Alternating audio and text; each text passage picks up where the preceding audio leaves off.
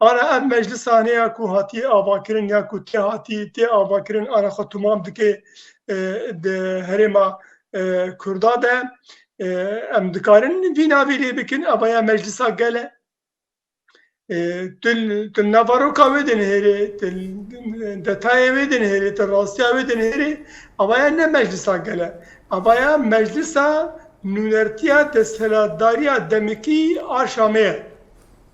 Nûnertiya wê nadike ne nûnertiya ne gelê Kurd dike ne nûnertiya gelê Sûrî tevayî dike. Ev meclisaniya ku tê avakirin heta navê meclis jî gerek li ser newê هرتن دهندرê vê van biryarên hikûmeta demkî de çêne be ku hejmarên kursîyan em bêjin ji bo pêkhateyên Kurd zêde bibin û ji bo pêkhateyên din jî ku cihê xwe di parlamentoyê de bigirin.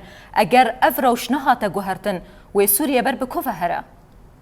Ha ez dihatim ser wê yani milletê Sûriye tevayî berê jî muhem ji bû di nêv de Kurd jî avana jî berterefkirî bûn ser vê esasê jî milletê Sûriye giştî û di nêv de Kurda tê koşînek li hemberî wê sîstemê kir ew sîstem rûxand.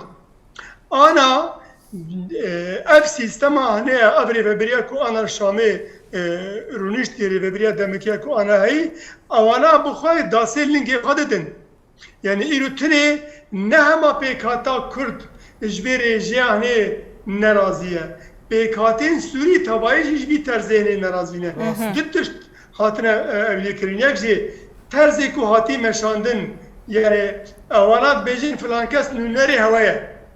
Yani hefteyî sadî hefteyî Perlemanê Sûriye ji sed û deha hetî kes yek şexs wan tayîn dike ji gelê Sûriye re dibêje bêje avaya nûnerê we ne.